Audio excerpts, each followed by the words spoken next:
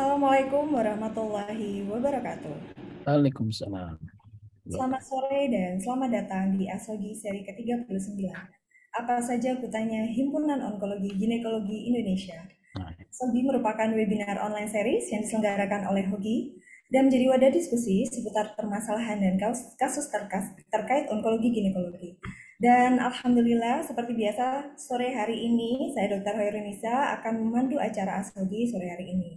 Dan kami juga mengucapkan terima kasih tentunya untuk para rekan sejawat dokter, SPOG, ginekolog onkologi, serta para guru besar yang telah meluangkan waktunya dan secara konsisten bergabung menjadi partisipan Asogi. Dan tentunya selama 1 jam ke depan kita akan bersama-sama berdiskusi dan berbagi pengalaman bersama para narasumber yang tentunya pakar di bidangnya. Untuk seluruh peserta yang hadir akan mendapatkan e-sertifikat ber-SKPID dan untuk kehadiran peserta tentunya akan tercatat secara otomatis melalui sistem Zoom. Dan kami harapkan kepada seluruh peserta untuk dapat berpartisipasi aktif dengan mengajukan pertanyaan baik secara langsung dengan menekan tombol raise hand terlebih dahulu atau dapat menuliskan pertanyaannya di kolom Q&A yang telah kami sediakan. Namun sebelum memulai diskusi Ashogi sore hari ini, izinkan saya terlebih dahulu memperkenalkan dua orang narasumber kita. Yang pertama yaitu Dr. Tovan Widya Utami, spesialis obstetri ginekologi subspesialis onkologi. Beliau adalah konsultan onkologi ginekologi dari Fakultas Kedokteran Universitas Indonesia Jakarta, sekaligus sebagai Sekjen Hogi. Selamat sore, Dr. Tovan. Ya, selamat sore, Dr. Risa. Assalamualaikum warahmatullahi wabarakatuh, Dr. Riza, Dr. Gatot, sehat semua. Waalaikumsalam warahmatullahi wabarakatuh. Waalaikumsalam.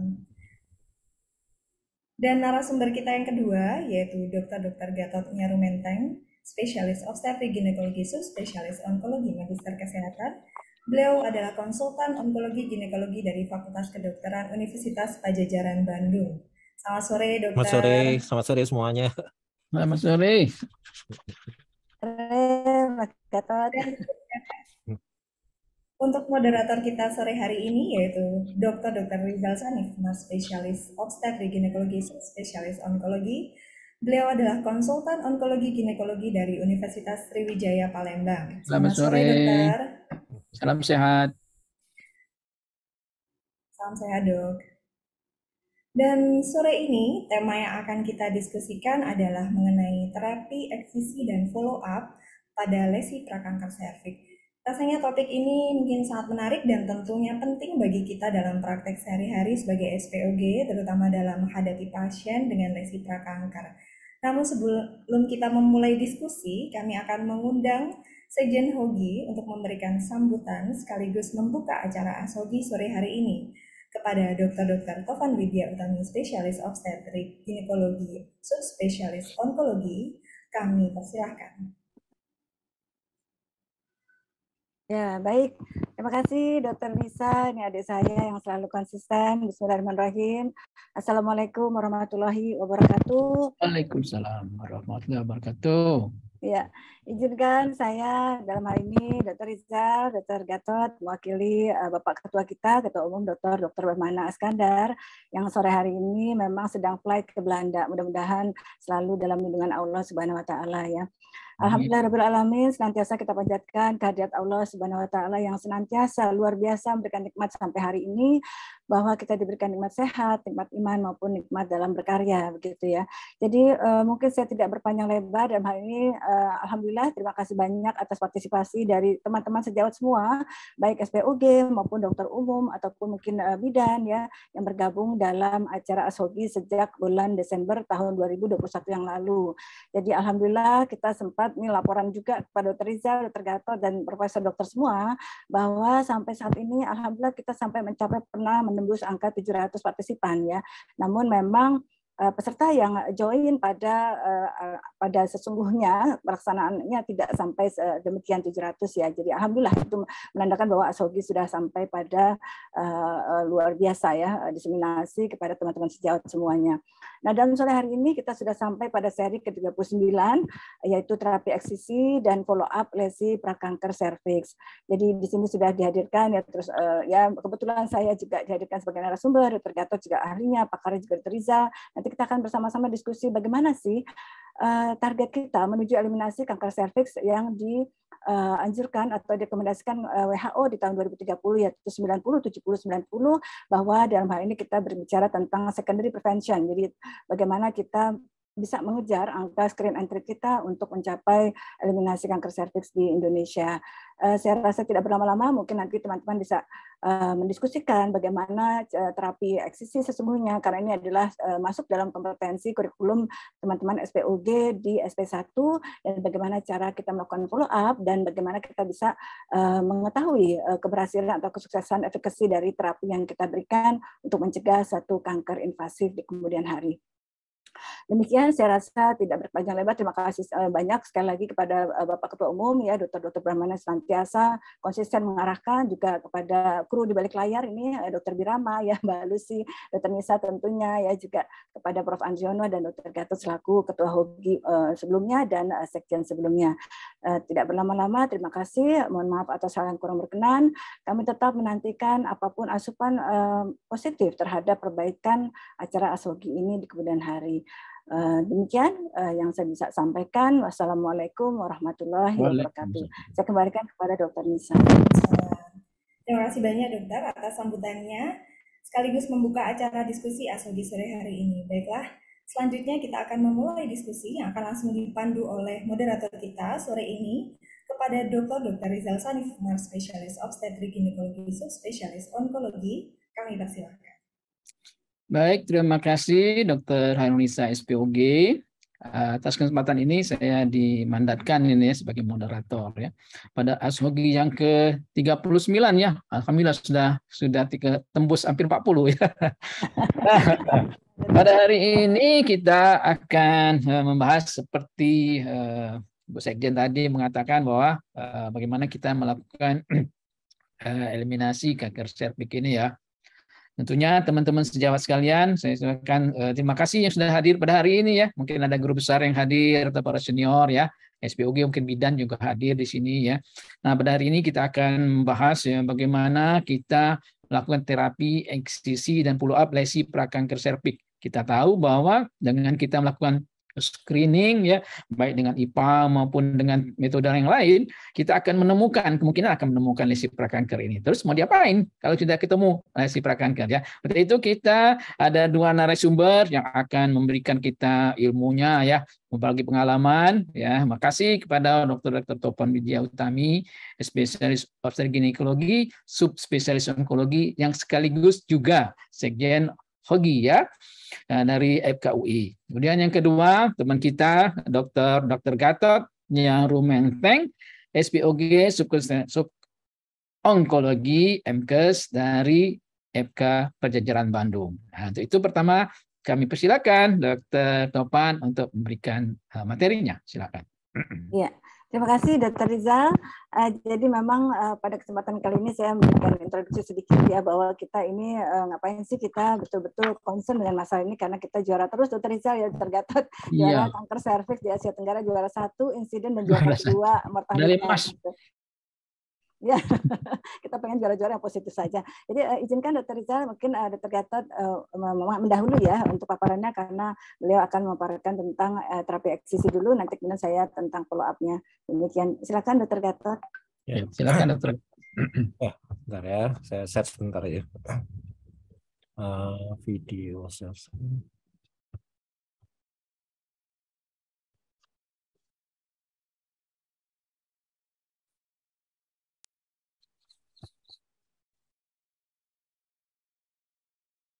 Ya, terima kasih waktunya. Mungkin ini butuh waktu 10 menit atau ya 5 menit lebih lah. Saya akan mencoba menjelaskan terapi lesi prakanker serviks. Jadi sebenarnya terapi lesi itu ada ablatif sama eksisi.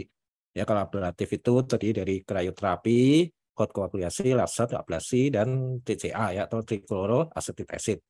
Sedangkan eksisi itu ada 3, yaitu konisasi, itu berupa cold knife, ya, coulter, nip atau latch, dan yang terakhir dari hysterectomy.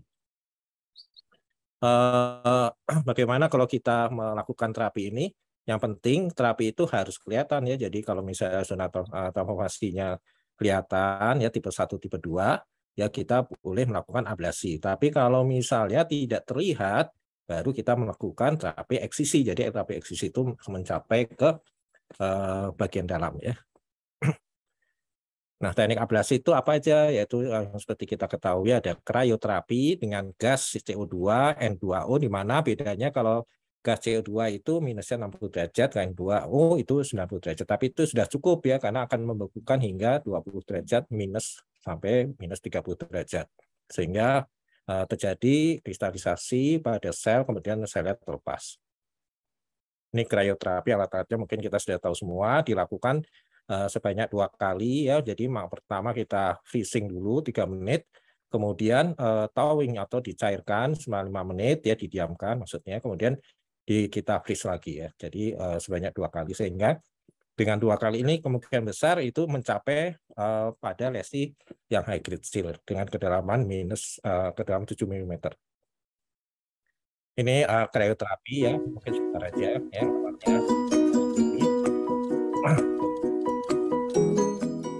Ya, kemudian dikasih jelly di ujungnya, kemudian pertama di freeze dulu ya sekitar 3 menit, kemudian setelah itu di ya, bisa 3-5 menit ya, kemudian baru di freeze yang kedua ya. Kenapa 2 kali? Ya itu, jadi kalau lesi yang low risk itu hanya mencapai sekitar 5 mili, oleh karena itu harus 2 kali sehingga bisa ke dalamnya bisa sampai 7 ya. Kemudian yang kedua, ablasi yang kedua, cold koagulasi. Kenapa ini disebut cold? Karena dia sebenarnya dia juga panas ya dengan listrik ya, tapi dia lebih panasnya lebih rendah daripada counter. Oleh karena itu kita sebutnya cold koagulasi. Jadi ini dilakukan untuk menghancurkan sel abnormal ya. Nah ini ya hasilnya juga bagus seperti krioterapi. Bahkan untuk Jin 23 dia lebih bagus ya hasilnya. Nah, ini alatnya yang ada yang berbentuk ini, ada juga yang berbentuk besar ya. Jadi kita pasang alat itu. Ya, ini memakai listrik ya, tapi ada juga yang memakai baterai ya. Jadi lebih praktis daripada krioterapi ya, karena krioterapi itu bertugas N2O itu sangat ini ya, dikatnya dan mahal. Dengan ini hanya begitu saja. Ya, setelah dia panas sekitar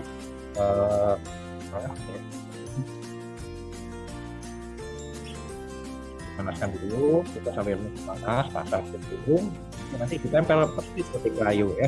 Hanya pada bentuk WC ini ya, itu ditempel 1 menit ya. Kemudian kalau belum lesinya masih ada ya, karena ini kan ujung grupnya itu lebih kecil daripada lesi, itu bisa diulang lagi sampai 5 kali ya. Jadi batasannya kalau masih positif di sekitar kan kita bisa ulang lagi sampai 5 kali maksimal ya. Udah itu aja, nanti diharapkan versi belakang-belakangnya rontok juga ya karena panas.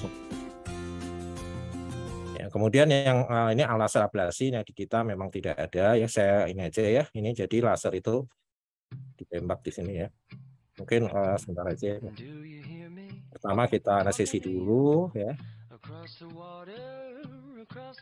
Nah ini di laser ini ya, seperti pointer aja gitu diarahkannya, tapi dia akan ya.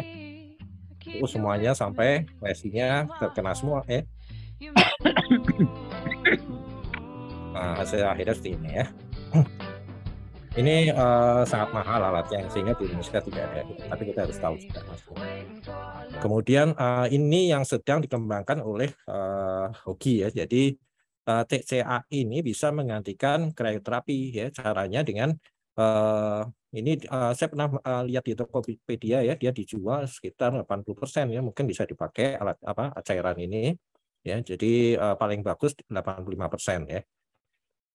Jadi kita melakukan aplikasi TCA ini ke serviks selama 1-3 menit, kemudian ditunggu hasilnya ya, hasilnya seperti ini ya, seperti kita melakukan krioterapi, di mana ini akan rontok sendiri, epitelisasi kembali, sembuh kembali dalam waktu sekitar 3 minggu ya. Kemudian ini yang kita lakukan untuk teknik eksisi ya. Keuntungan dari teknik eksisi ini dia bisa di pemeriksaan PA ya, jadi kita bisa tahu apakah batasnya sudah bagus, kemudian jenis lesinya apa ini ya. Nah jenisnya ini jadi untuk tipe terapi eksisi itu ada yang cold knife itu dengan bisturi yang nomor 11 ya, kita ambil semuanya daerah zona transformasinya sehingga berbentuk kerucut yang lepas ya. Kemudian bisa juga dengan cutter ya, ada cutter yang tajam seperti jarum ya, yang biasa kita kerjakan juga di OK yang tumpul juga ada, itu boleh dilakukan. Kemudian yang kedua dengan lip atau LEDs ya. Kalau lip kita mengambil bercak putih yang mungkin di beberapa tempat ya, tapi kalau misalnya luas kita bisa melakukan dengan LEDs ya, dengan mengambil seluruh zona transformasi. Kemudian yang terakhir dengan histerektomi bila pertama berulang ya, lesinya berulang sampai 2 kali 3 kali kita bisa melakukan histerektomi. Ya, ini tindakan LEDs-nya.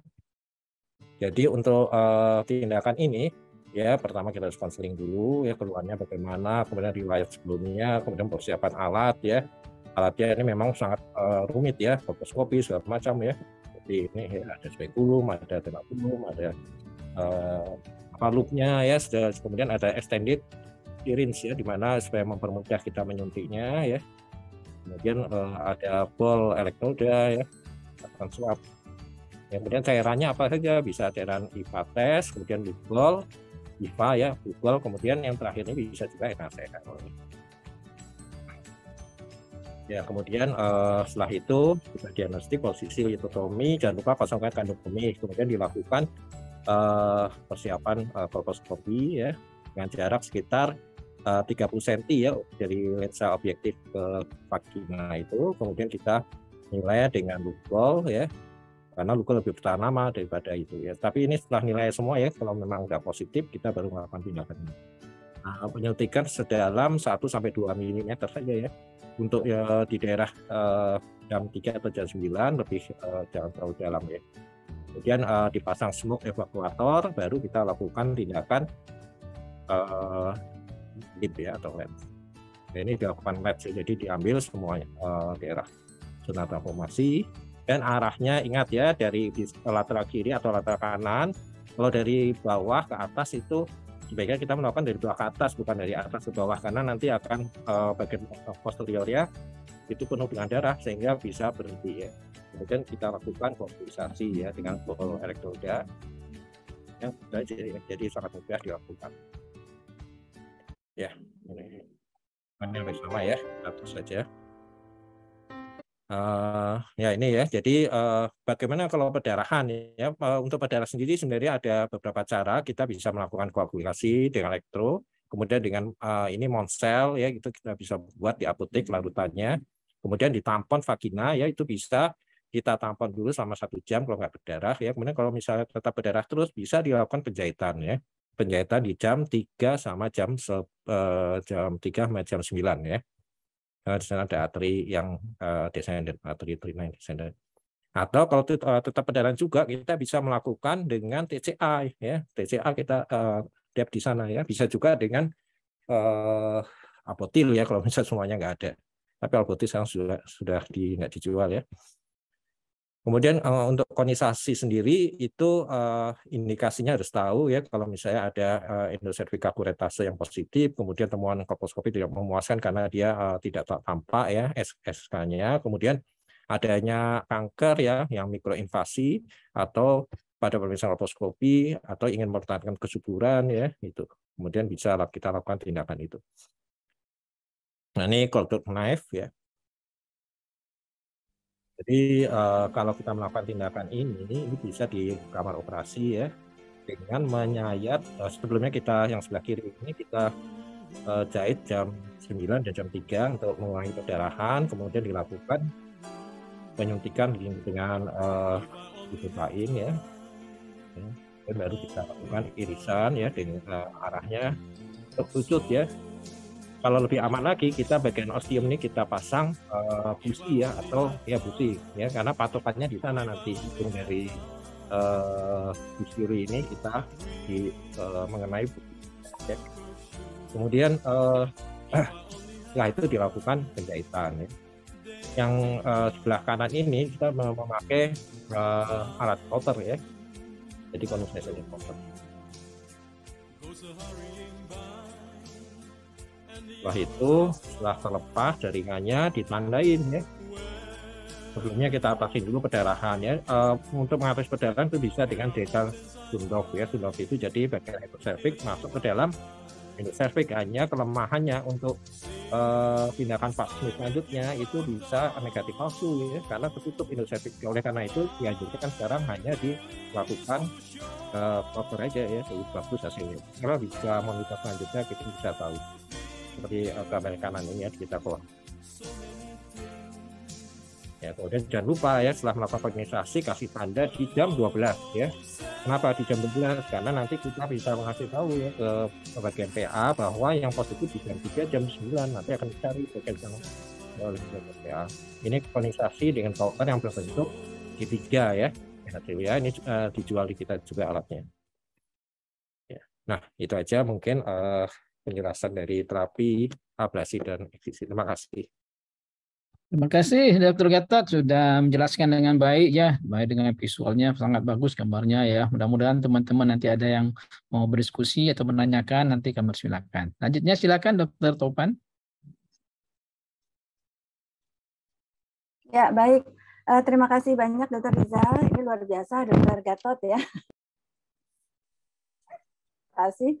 Jadi memang kalau kita sudah bicara tentang terapi, berbagai terapi terhadap kanker serviks tentu banyak ya. Tadi sudah disampaikan Dr. Gatot. Saya rasa karena waktu yang terbatas juga, saya akan memaparkan beberapa hal yang agak sedikit berbeda untuk follow up sebelum follow up ya.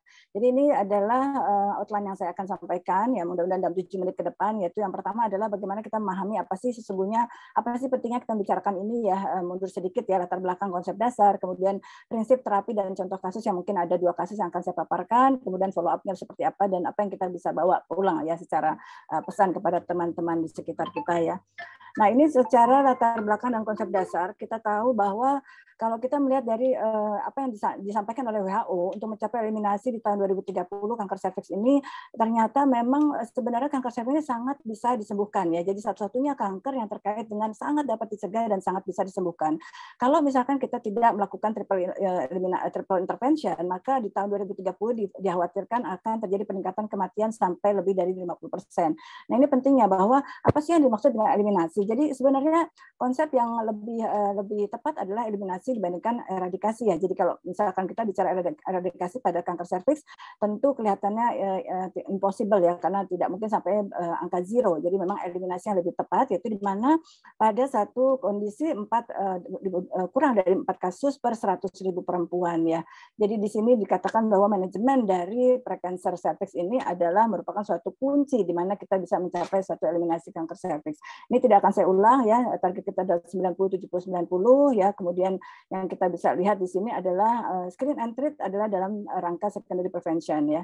Nah, kalau kita melihat dari teman-teman di sini, saya alhamdulillah laporkan adalah 250 yang terregistrasi, namun saat ini teman-teman sudah bergabung di atas 100 peserta ya. Jadi kalau kita melihat secara naked eyes, tentu kita bisa membedakan antara lesi prakanker dengan invasif ya. Jadi kalau sebelah kiri ini kita bisa lihat ini masih prakanker, tentu ini adalah ranah 100% curable ya. Di sini mungkin sudah sebagian ada karsinoma in situ, dan kalau misalkan sudah sampai pada tahapan yang invasif, kita bisa lihat suatu kondisi yang sudah sangat tidak beraturan, cauliflower-like appearance, mudah berdarah dan rapuh sekali ya. Di sini ranah kita, di mana teman-teman SPOG harusnya bisa menata laksana dan bisa sampai selesai melakukan follow up terhadap terapi apapun yang diberikan terhadap prakanker ini ya. Nah, sesungguhnya apa sih prinsip terapi tadi sudah disampaikan oleh Dr. Gatot dengan sangat jelas, saya rasa ya, saya tidak akan mengulang, namun pada ranah ini nampaknya teman-teman SPOG masih agak kurang confident ya untuk melakukan terapi eksisi, karena tadi memang jelas ya salah satu komplikasi yang terdekat adalah perdarahan, dan itu yang seringkali menjadi suatu hal yang ditakutkan. Padahal sebenarnya kita bisa melakukan dengan cara yang sangat baik sampai mungkin kita bisa melakukan terapi eksisi hanya pada kondisi 10 menit saja ya. Ya, jadi memang di sini dinyatakan bahwa betul sekali bahwa gold standar jelas ya, terapi eksisi dibandingkan terapi ablatif atau surgical dibandingkan non surgical adalah jelas terapi eksisi yang superior ya, karena memang kita bisa mendapatkan spesimen dan kita melihat secara prognosis dari hasil histopatologinya dibandingkan kalau yang terapi ablatif. Nah, kalau kita melihat di sini juga kalau kita melakukan suatu terapi ablasi, tentu kita harus melihat bahwa destruksi itu harus mencapai 7-8 mm, dan kita juga bisa nanti kita akan lihat algoritma yang Hogi sudah susun ya, bahwa kapan sih kita melakukan suatu terapi terhadap low seal ya, kemudian askus dan lain sebagainya pada sitologi ya. Nah di sini juga disampaikan bahwa pada kondisi prakanker apapun modalitas yang teman-teman punya harus untuk kita tidak memiliki kolposkopi, kita memiliki DOIVA atau dokumentasi IVA yang sangat bisa untuk magnifikasi ya. Nah ini kita bisa lihat pengenalan secara anatomi ya. Kalau kita melihat seperti ini harusnya kita bisa tahu ini serviks yang tidak normal ya, dari mulai spektrum ya. Jadi pada satu lapangan pandang serviks pada pasien yang sama tentu bisa spektrum yang berbeda-beda, mulai dari yang low grade maupun yang high grade, bahkan yang dari normal. Kalau kita melihat di sini memang kalau melihat rate Kopik score, jadi kelihatannya ini seperti IVA yang memang semuanya positif gitu, tapi kalau kita melihat demarkasi yang jelas ini adalah positif yang high grade gitu ya. Jadi tadi disampaikan sebaiknya kalau yang high grade sebaiknya kita harus melakukan terapi yang lebih agresif, yaitu terapi eksisi dibandingkan ablatif ya.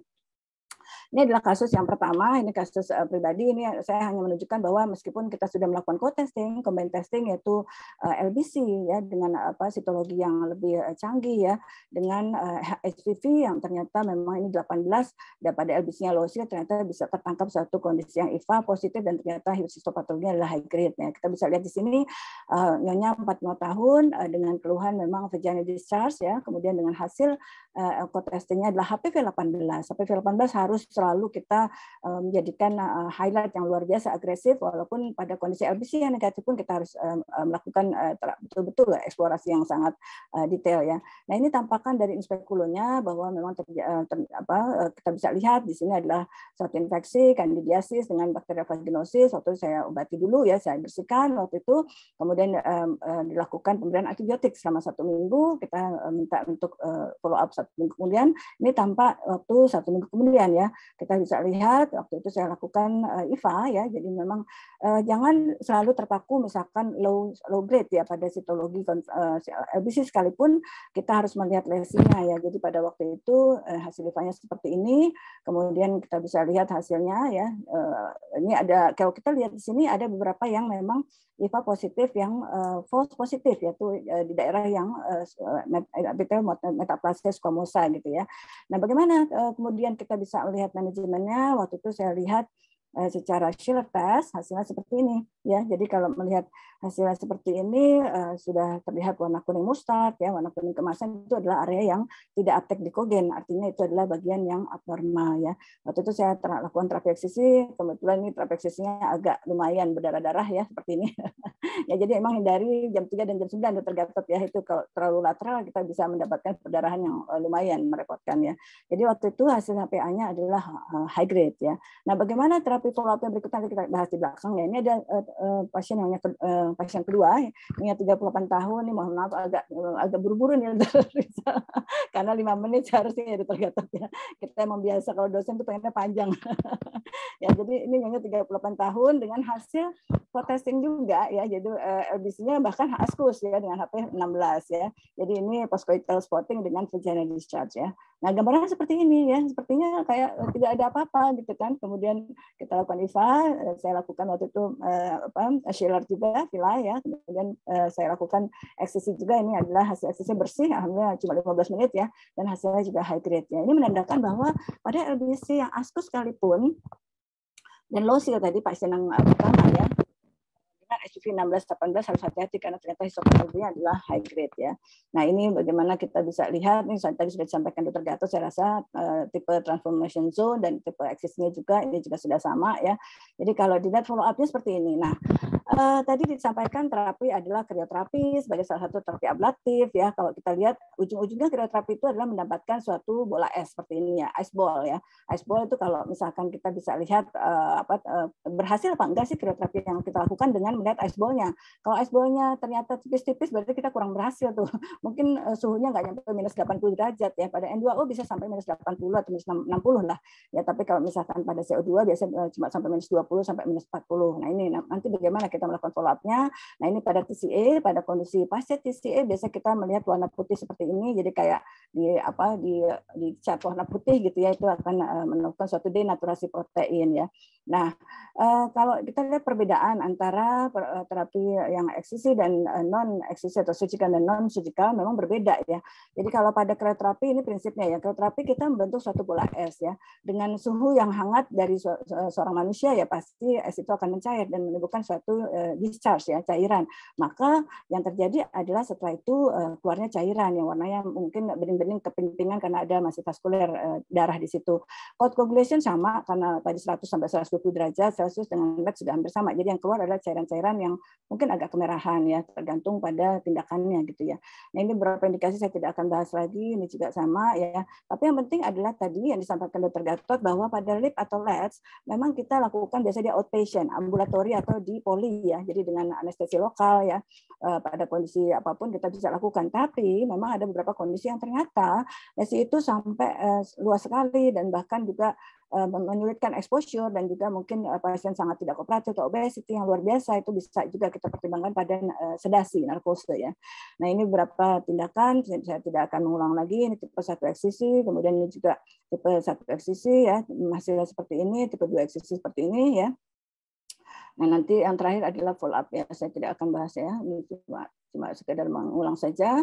Nah ini dia ya, jadi komplikasi atau efek samping yang mungkin bisa kita antisipasi adalah ini dia ya, perdarahan primer yang biasanya saat itu juga kita hadapi ya, bahkan pada kondisi tertentu ternyata sampai berdarah-darah harus dilarikan ke OK gitu ya. Alhamdulillah saya belum pernah gitu ya. Ini biasanya karena terlalu luas dan terlalu lebar ke arah jam 3 jam 9 karena di situ ada kita tahu cabang vaginal branch dari arteri uterina dan juga pudendal internal gitu ya. Jangan sampai kelewatan lateral banget. Nah, sekundari hemorrhage jadi misalkan pada beberapa hari nggak usah panik, biasanya kita berikan pembersihan, kemudian kita ada sumbernya, kita dep, kita tampon 1 kali 24 jam biasanya nggak masalah ya. Vaginal discharge biasa juga. PID, cervical stenosis hampir jarang terjadi dan apalagi pada prom dan preterm labor menjadi concern kalau misalkan pada pasien-pasien usia reproduksi, nanti kita akan diskusikan. Ini adalah contoh perbedaan, ada yang memang cukup berdarah, ada yang memang clear banget gitu ya. Nah, ini beberapa post treatment advice ya, atau apa yang kita bisa sampaikan kepada pasien follow up. Sebenarnya sama prinsipnya ya, antara terapi ablatif dan terapi surgical atau eksisi ya. Jadi memang kita biasakan untuk selalu terbuka kepada pasien. Biasanya memang kita libatkan pasangan seksualnya ya, bahwa terapi apapun maupun surgical ataupun non surgical kita tetap akan sampaikan untuk abstinensia, tidak boleh melakukan hubungan suami istri, jelas ya. Tergantung, kalau pada krioterapi biasanya memang antara 4 sampai 6 pekan ya, jadi kira-kira 1,5 bulan. Kalau misalkan nutrisinya baik, biasanya dia 1 bulan sembuh ya. Tapi kalau nutrisi kita tidak baik, banyak pasien kita yang HDP ternyata nutrisinya tidak baik ya. Jadi sampai bahkan 2 bulan baru terjadi revitalisasi sempurna. Tentu itu tergantung kebersihan hygiene pasien juga ya. Nah, sedangkan pada TCA, alhamdulillah biasanya lebih singkat. Jadi antara 1-2 minggu dia sudah terjadi wound healing yang baik ya. Jadi memang abstinensia bisa lebih singkat dibandingkan krioterapi. Sedangkan pada eksisi memang tergantung luasnya eksisi, kemudian bagaimana kita memberikan terapi tambahan ya, mungkin pasien juga diedukasi untuk melakukan segala macam nutrisi, vitamin antioksidan dan sebagainya ya. Pemberian antibiotik biasanya memang tidak rutin ya, karena memang tidak ada evidence yang meningkatkan suatu benefit pemberian antibiotik pada pasca terapi krioterapi ataupun eksisi ya. Jadi memang pemberian antibiotik biasanya kita berikan karena secara umum pasien-pasien yang kita temukan memang banyak cervicitis atau keluar albus atau vaginal discharge yang terkait dengan infeksi, tapi tidak rutin ya. Nah, tentu perbedaan antara yang ablatif atau non surgical dengan surgical adalah histopatologi, di mana kita memang mendapatkan histopatologi. Margin ini penting, nanti kita akan bisa bahas juga ya. Nah, ini beberapa algoritma dari Hogi, kapan sih kita melakukan suatu follow up ya. Jadi kalau misalkan kita melakukan satu metode untuk screening adalah IVA sebagai primary screening tunggal.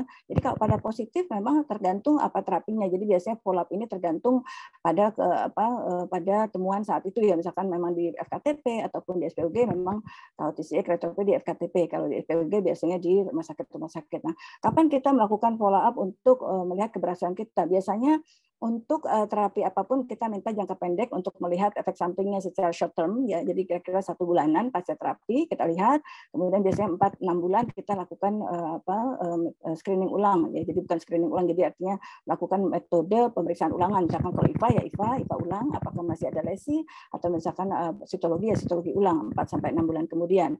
Kalau misalkan memang basisnya adalah HPV, maka kita biasanya melakukan ulangan tes HPV 1 tahun kemudian ya. Jadi ini adalah kalau misalkan basisnya adalah sitologi, askus, losil. Kalau misalkan hasilnya positif, biasanya memang kita juga melihat lesi dengan DOIVA atau kolposkopi. Kemudian ini warna orange dan merah itu karena memang AGC biasanya kita udah masuk yang tipe-tipe high risk, jadi memang itu kita tidak lepas ya, regardless dia ada HPV 16 atau 18. Nah ini yang terakhir adalah HPV sebagai single screening method ya. Jadi kalau positif juga pun kita bisa melihat lesinya DOIVA atau kolposkopi. Nah ini yang terakhir yang memang sedang kita Hogi sebagai organisasi kita usulkan co-testing, yaitu tes DNA HPV dan IVA sebagai combined testing untuk screening Indonesia. Jadi mudah-mudahan itu yang bisa kita sampaikan. Terakhir adalah sebagai hal-hal yang penting untuk diingat, manajemen dari lesi kanker serviks ini adalah merupakan suatu poin kunci untuk eliminasi kanker serviks dimanapun ya. Jelas treatment of choice-nya adalah surgical atau excision, di mana kita harus bisa membedakan di mana kita bekerja antara ideal dengan low resource setting, di mana post treatment follow up tentu kita mengacu pada basic konsep wound healing dan juga algoritma yang kita sudah modifikasi secara sederhana untuk Indonesia. Demikian yang bisa saya sampaikan, Dr. Rizal. Mohon maaf kalau misalkan waktunya agak sedikit panjang. Terima kasih. Wassalamualaikum warahmatullahi wabarakatuh.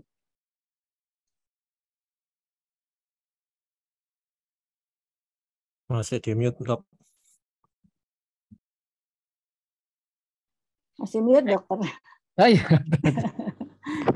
Terima kasih Dr. Topan, Dr. Gatot yang telah luar biasa memberikan pencerahan buat teman-teman semuanya ya, buat kita sendiri juga bagaimana memahami ini ya. Mungkin ada yang mau bertanya kali ya, Dr. Herunisa, ada nggak yang mau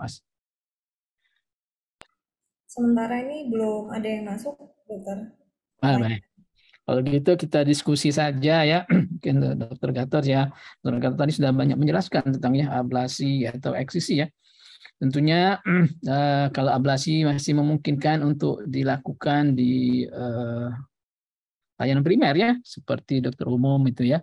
Nah, bagaimana kira-kira Dr. Gatot kalau kita melakukan layanan ini di puskesmas dengan dokter umum untuk memberikan kompetensi dokter umum ini supaya bisa melakukannya apa yang dijelaskan Dr. Gatot tadi ya. Mungkin kita diskusikan dulu sama Dr. Topan juga ya. Iya. Ya. Ya, terima kasih Dr. Rizal. Ini memang kita kan dulu sudah melakukan pelatihan-pelatihan ya untuk dokter umum ya. Jadi memang saran kita ya sebenarnya kalau untuk terapi krayo ya itu harusnya di kurikulum dokter umum itu sudah masuk ya. Tapi sayangnya kan pelaksanaannya tidak ya, kita hanya melakukan itu aja ya, melakukan teori aja. Sedangkan prakteknya tidak. Oleh karena itu, kalau memang sampai sekarang belum jalan, memang kita sebelumnya tahun berapa ya itu? Sekitar 10 tahun yang lalu kita aktif ya ke seluruh puskesmas ya di Jawa Barat saja sudah semuanya dilakukan ini pelatihan untuk dokter umum. Jadi untuk krioterapi itu sebenarnya sudah bisa ya, asal ada alat dan gasnya itu yang paling. Memang tadi disebutkan oleh dokter Tovan masalah TCA ya. TCA itu lebih ini ya, lebih praktis ya dok ya, karena sangat praktis sekali. Kita hanya butuh cairan itu kemudian ditempel 1 menit ya. Nah, hasilnya sudah 1-3 menit sudah terlihat hasilnya ya. Jadi langsung terapi si and-treat, jadi itu paling bagus. Bahkan bisa dilakukan oleh bidan ya. Ya, terima kasih. Mungkin ada tambahan Dr. Tovan. Ya, silakan Dr. Tovan.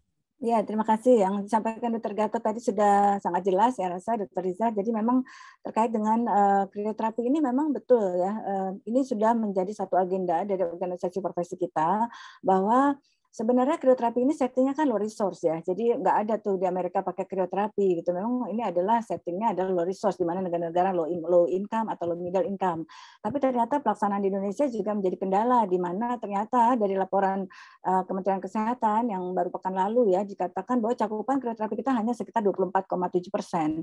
Artinya hanya kurang dari 25%. Kita ngejar-ngejar screening ternyata yang sudah tertangkap positif hanya seperempatnya saja, sedangkan hampir 75% tidak tercover gitu. Dan kita juga punya data di Jakarta 61,70% cakupan krioterapi dan beberapa daerah yang Batam, kemudian Ambon juga secara umum, dan alhamdulillah capaian kita terakhir sekitar 66,24% cakupan krioterapi. Nah, terkait tadi kompetensi dokter umum ya, ini menjadi PR juga, sudah beberapa kali kami sampaikan, kita sampaikan juga ya, bahwa krioterapi ini sebenarnya kan bahkan menurut WHO guideline 2013 sudah lama itu adalah suatu kewenangan klinis yang bisa diberikan kepada perawat, bahkan nurse ya, jadi nurse, midwife atau GP. Jadi kata kuncinya adalah well trained, jadi terlatih dengan baik gitu ya. Jadi memang itu bisa diberikan, dan ternyata menurut peraturan di kita, menurut peraturan Menteri Kesehatan ya nomor 29 tahun 2017 ternyata memang dibatasi tuh, bidan dibatasi, dokter umum juga dibatasi ya. Jadi memang itu sedang kita godok untuk dilakukan revisi ya. Dari standar kompetensi dokter Indonesia ternyata mengalami penurunan kompetensi, Dokter Gatot. Ini luar biasa sebenarnya. Jadi yang dulu dikatakan krioterapi itu sampai pada level 4 bahkan ya untuk dokter umum kita, tapi sekarang malah turun menjadi level 2 gitu ya. Biopsi juga sama ya, levelnya sudah turun menjadi level 2. Nah, sedangkan kemarin juga kita bicara dengan IBI, Ikatan Bidan Indonesia, bagaimana kita bisa mengakselerasi kewenangan klinis bidan melakukan krioterapi. Alhamdulillah sudah mulai masuk pada kurikulum mereka, tapi untuk resminya ini memang sedang on progress ya. Jadi intinya tidak ada satu apapun yang kita bisa lakukan selama itu tidak diiringi dengan payung hukum ya, betul gitu. Mungkin sementara seperti itu, Dr. Rizal. Terima kasih. Ya, betul sekali. Artinya bagaimana kita memasukkan ini ke dalam satu kurikulum dokter umum ataupun bidan, sehingga memang mereka mempunyai kompetensi itu ya. Nah, yang paling kendala yang bilang Dokter Gatot tadi ya, saya kira ya, bagaimana menyediakan sarana-prasarana untuk itu ya. Kita tahu sendiri bahwa gasnya sendiri susah untuk mendapatkannya ya. Kira-kira apa yang dibilang Dokter Gatot tadi ya, mungkin salah satu Dokter Gatot tadi coagulation ya. Nah, bagaimana kalau itu saja pengganti krayo ya? Karena saya kira akan lebih murah gitu. Karena gimana ya, Dokter ya? Ya. Silakan Dokter Gatot. Ya, kalau coagulasi memang, tapi saya udah tanya ya, alatnya itu 60 juta, Dok. Jadi kemarin sudah naik Dokter Gatot 89 ya, tergantung iya. ya. Setelah ini hampir 90 juta. Ya, memang itu lebih praktis ya, karena kita nggak perlu gas lagi. Jadi pemeliharaannya lebih enak ya pakai itu yang koagulasi daripada krayo, dan kemudian ininya untuk ke pasiennya juga lebih ringan harganya ya. Ya ini yang bisa itu ya kita pakai penggantinya, atau dengan tadi TCA tadi, Dok. Jadi memang kita belum ada penelitian yang secara besar-besaran ya dengan TCA. Mungkin itu tugasnya Dr. Tovan.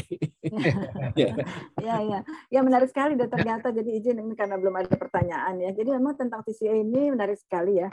Ini alhamdulillah kita sudah sampai pada kemarin melakukan pre-conference dengan Bapak Menteri ya, Menteri Kesehatan yang luar biasa. Saya apresiasi luar biasa atas arahan Dr. Brahmana tentunya sebagai Ketua Umum ya.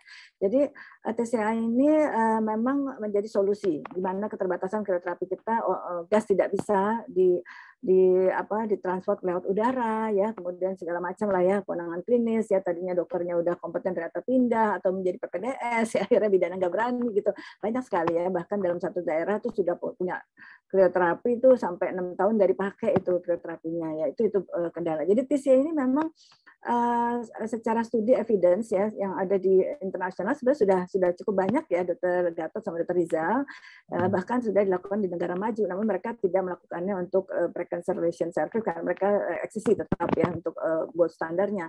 Nah, tentang studi kita sendiri memang ini cukup, ya masih relatif tidak terlalu banyak ya, memang ada beberapa, namun membuktikan bahwa efektivitas dari TCA 85% itu comparable dengan krioterapi ya. Jadi cukup lumayan dari 72 jadi 36 subjek, di mana kita tahu dalam populasi itu IVA positif cuma 2-5%. Jadi dapetin 2 orang itu dengan mencari hampir 100 orang gitu.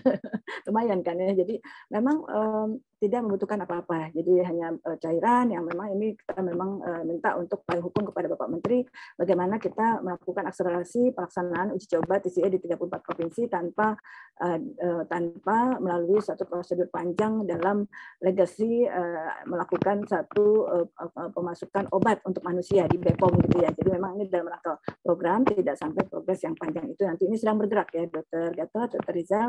Mudah-mudahan pekan depan, karena Pak Menteri sangat luar biasa tertarik dengan TCA ini, kita akan presentasi tentang TCA ini. Mudah-mudahan bisa menjadi senjata yang terakselerasi dalam waktu dekat ini. Ya, makasih. Artinya kita percepatan ini untuk melakukan eliminasi ini ya dengan berbagai cara yang kita lakukan. Yang mudah-mudahan TCA ini nanti bisa dikerayo ya. Harapan kita akan demikian ya. Mungkin ada yang mau bertanya kali ya? Ada satu pertanyaan Dr. Rizal yang masuk. Oh ya, ini ya, saya baca dulu ya. Terima kasih dari Susana Suryadi ya. Makasih ya sudah berpartisipasi di sini. Ya, pertanyaan ini terima kasih untuk sharing. Dari hasil Hagrid Seal di daerah yang dari hasil Hagrid Seal kayak ini ya, daerah yang tidak ada dokter subspesialis ginekologi onkologi dan pasiennya multipara cukup anak usia 45 tahun dan pasien memilih untuk operasi, apakah yang sebaiknya dilakukan? Terima kasih dokter. Bisa Dokter Topan atau Dokter Gatot nih, silakan lah. Ya, silakan dulu. Bagian Dokter Gatot ini. Ya, silakan. Saya bagian follow up aja deh. Jadi gini, mungkin ya hasilnya high grade seal tidak ada subspesialis. Ya, tindakan itu memang kita punya banyak pilihan ya. Kalau misal pilihannya pertama itu masa ekonomi ya, kemudian jaraknya, kemudian ininya ya kecepatan untuk pasien itu berobat. Kalau kita tahu ya pasien itu jauh kemudian sulit ya, kita boleh high grade seal melakukan dengan yang tadi ablasi itu aja ya, cukup see and treat, jadi langsung diobatin ya, bisa pakai cryo, bisa macam-macam ya tadi ya. Tapi kalau misalnya kita melakukan tindakan histektomi ya, itu sebenarnya itu pilihan terakhir ya, pilihan terakhir kalau tidak ada lagi ya, misalnya alatnya tidak ada, kemudian biayanya mahal ya, nggak mampu orangnya, tapi sama aja ya semuanya ya, gratis ya.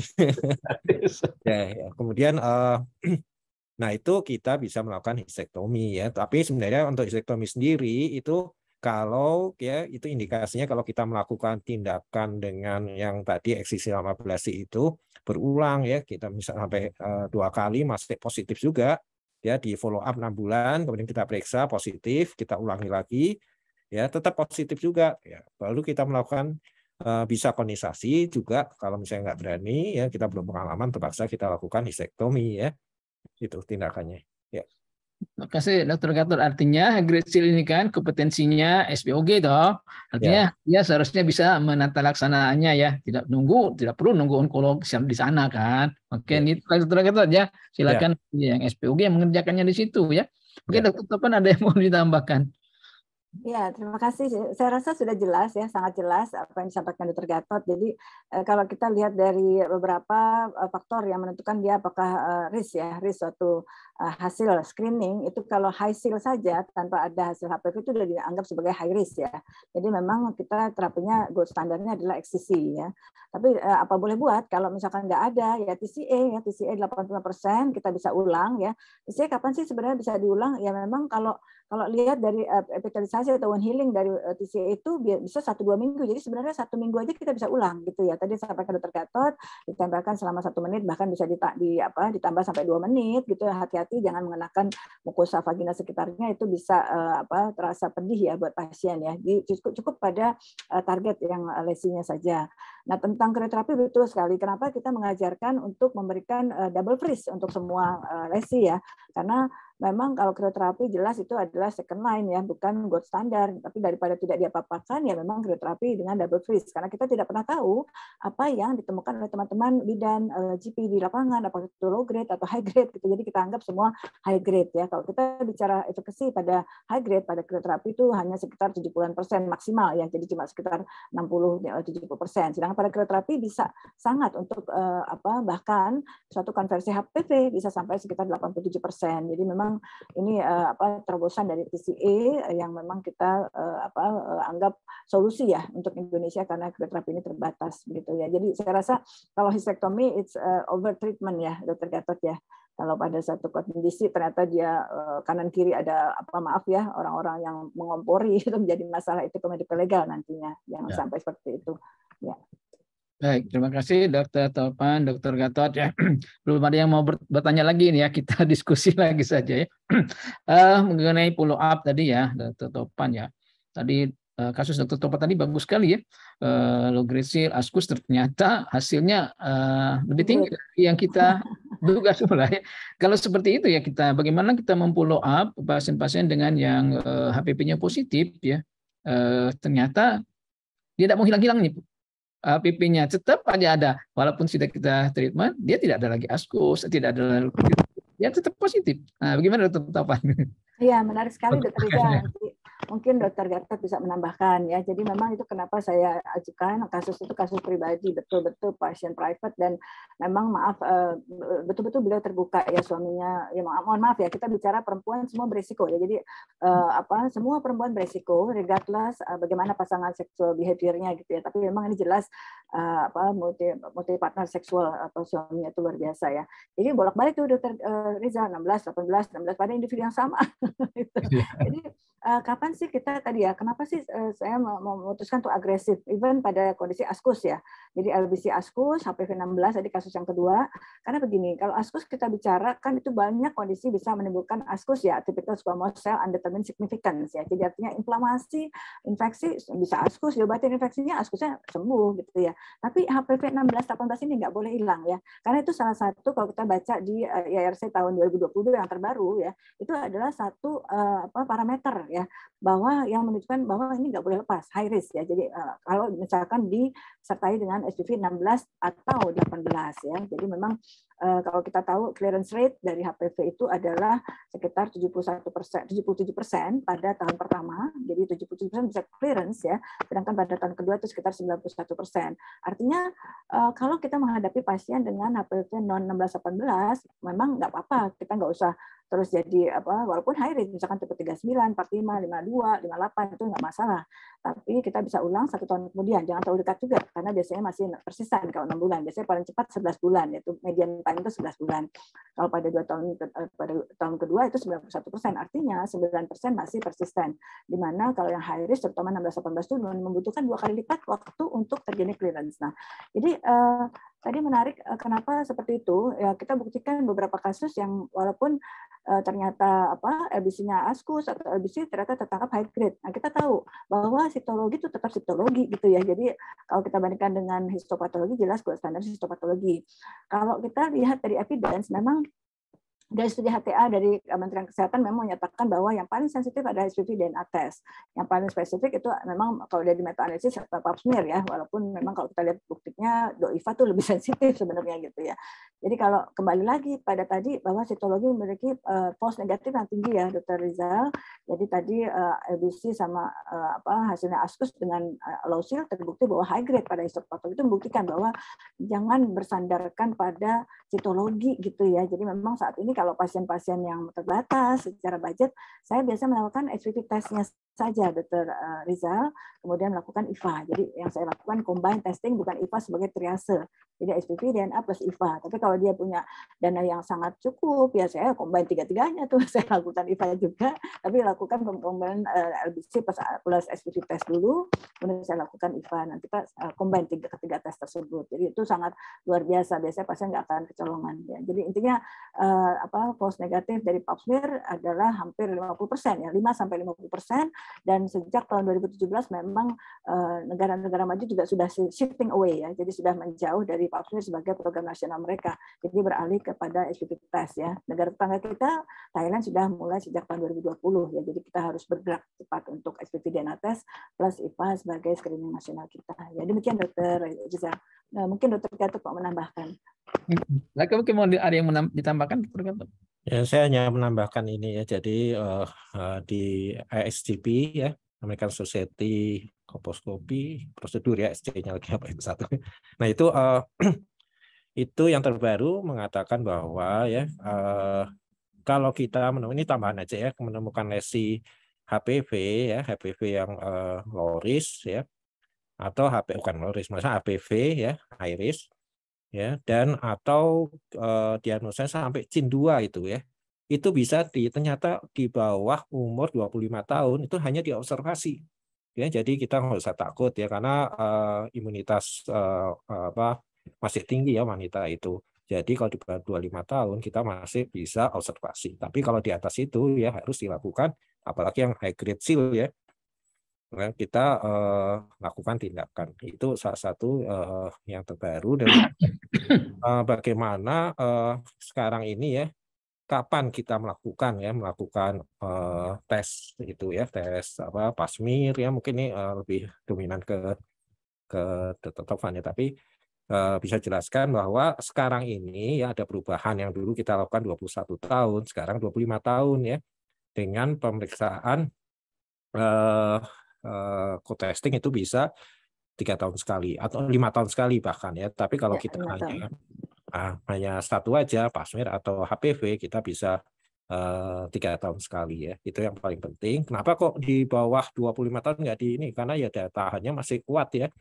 Tetapi ya saya nggak tahu, ini belum menjadi protokol kita. Bagaimana kalau misalnya dia nikahnya umur 15 tahun, 16 tahun, dan multi partner ya.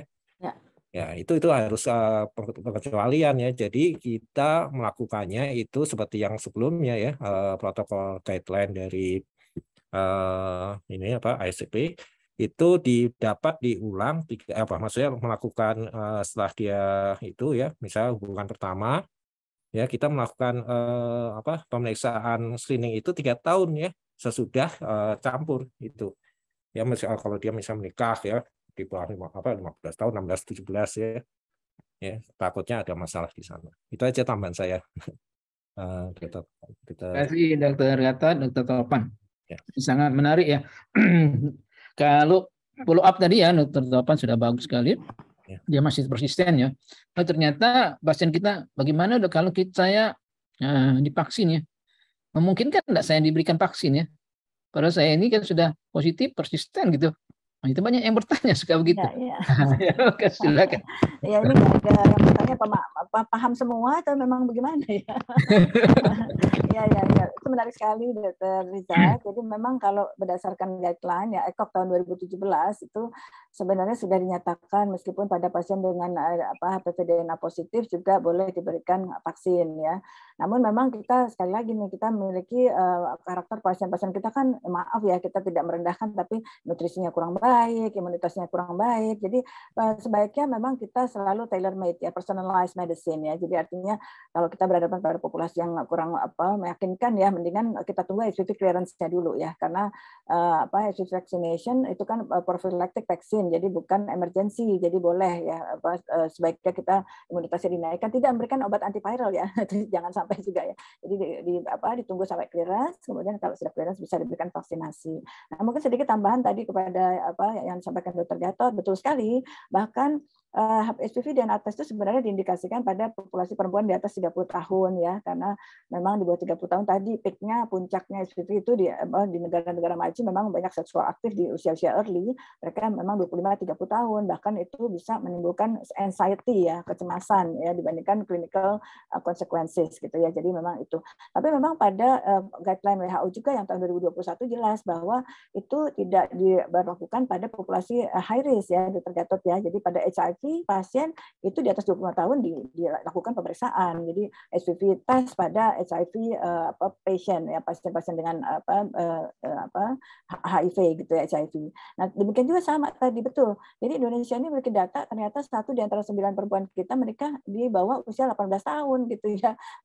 Jadi kalau kita bicara HPV DNA test di atas 30 tahun itu diberlakukan sama, rasanya sih nggak bisa juga ya. Jadi memang kita sekarang sudah memperluas usia screening perempuan kita dari yang usia 30 sampai 50 tahun menjadi 25 sampai 65 tahun. Itu akan menjadi revisi peraturan Menteri Kesehatan. Ini sedang bergulir juga, mudah-mudahan Bapak Menteri menyambut baik bisa di ACC. Mungkin demikian Dr.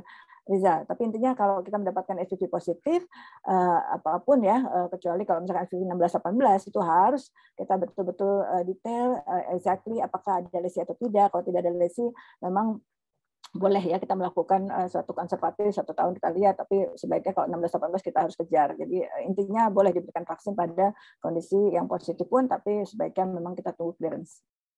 Demikian Dr. Riza. Masih mute Dr. Riza? Unmute, Dok. Terima kasih Dr. Topan, Dr. Gatot. Artinya kita pasien itu harus close follow up ya. Mungkin ada yang mau bertanya ya, gimana Dr. Nisa? Sudah belum ada lagi dan waktunya sudah tinggal 1 menit, Dokter. Tinggal 1 menit. Agak terasa ya. Agak terasa. Ini kesimpulan. Bisa. Baik, sekarang kalau 1 menit lagi ya kita mau selesai ya. Jadi terima kasih kepada Dr. Topan dan Dr. Gatot. Pertemuan kita hari ini sangat penting sekali buat kita melakukan eliminasi kanker serviks ini ya.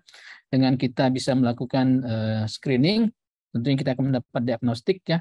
Bagaimana diagnostik prakanker ini, terapinya sudah sangat luar biasa. Tadi dijelaskan oleh Dr. Gatot ya, bisa dilakukan ablasi maupun bisa dieksisi. Dan bagaimana kita melakukan itu tergantung dari sarana prasarana yang ada di tempat layanan kita, gitu ya. Layanan primer mudah-mudahan ke depan ya, kalau memang TCA sudah disepakati, disetujui, dilakukan dengan baik, harapan kita ini akan kita lakukan bersama-sama, HOGI, POGI, mungkin IBI dan IDI, semua ini bisa terlaksana untuk kita melakukan eliminasi ya. Terima kasih Dr. Gatot dan Dr. Topan. Saya kembalikan kepada Dr. Harunisa. Silakan. Baik, terima kasih dokter. Luar biasa, sangat informatif dan menarik sekali materi tentang terapi eksisi dan ablasi pada lesi prakanker serviks sore hari ini. Dan tentunya penanganan lesi prakanker ini sangat penting dan bisa dilakukan oleh semua SPOG umum, sehingga eliminasi dan pencegahan kanker invasif bisa dilakukan sejak dari hulu. Terima kasih kami ucapkan kepada para narasumber dan moderator kita sore hari ini, Dr. Tovan, Dr. Gatot, Dr. Rizal. Dan dengan berakhirnya diskusi kita sore hari ini, sampailah kita di akhir acara. Semoga materi HOGI sore ini membawa banyak manfaat bagi kita semua. Terima kasih atas perhatian dan atensi semua peserta. Mohon maaf bila terdapat hal yang kurang berkenan selama acara. Dan jangan lupa untuk kembali mengikuti HOGI seri ke-40 dengan tema terapi konservatif pada kanker endometrium tanggal 28 September 2022 pukul 15.30 waktu Indonesia bagian Barat. Sampai jumpa di HOGI seri berikutnya. Kami undur diri. Wassalamualaikum warahmatullahi wabarakatuh. Waalaikumsalam.